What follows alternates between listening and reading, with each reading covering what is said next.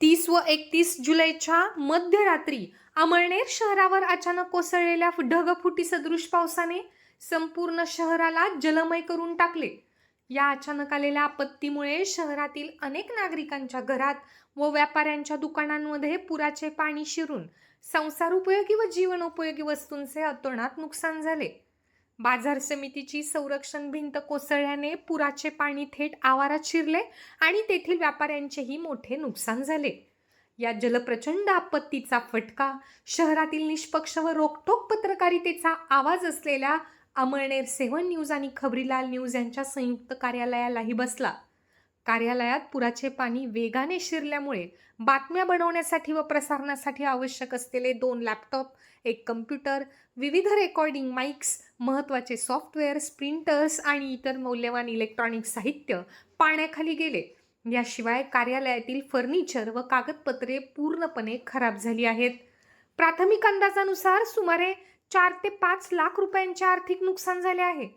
तांत्रिक साहित्य व साधनांचे अतोनात नुकसान झाल्याने त्या दुर्दैवी दिवसापासून ते आज तागायत अमळनेर 7 न्यूजचे बातम्यांचे प्रसारण पूर्णपणे बंद आहे. त्यामुळे दररोज ताज्या घडामोडींची वाट पाहणाऱ्या हजारो प्रेक्षकांची आणि वाचकांची मोठी गैरसोय होत आहे.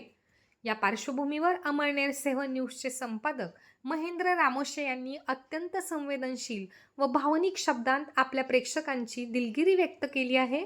त्यांनी सांगितले की अचानक झालेल्या या आपत्तीमुळे बातम्यांचे प्रसारण थांबल्याने प्रेक्षकांची आणि जाहिरातदारांची होणारी गैरसोय मन दुखावणारी आहे. मी संपादक या नात्याने सर्वांची मनपूर्वक दिलगिरी व्यक्त करतो. सध्या कार्यालयाच्या दुरुस्तीचे आणि तांत्रिक साहित्य उभारणीचे काम अगदी युद्धपातळीवर सुरू आहे. नुकसान जरी मोठे असले तरी लवकरच अमळनेर 7 न्यूज नव्या उमेदीने आणि अधिक जोमाने तुमच्या सेवेत पुन्हा रुजू होईल असा मला पूर्णपणे विश्वास आहे. दरम्यान हे अभूतपूर्व संकट कितीही मोठे असले तरी कविवर्य वि. शिरवाडकर कुसुमाग्रज यांच्या प्रसिद्ध कणा कवितेतील ओळींप्रमाणे आम्ही खचून न जाता पूर्ण ताकदीने आणि आत्मविश्वासाने संकटाशी 2 हात करीत आहोत.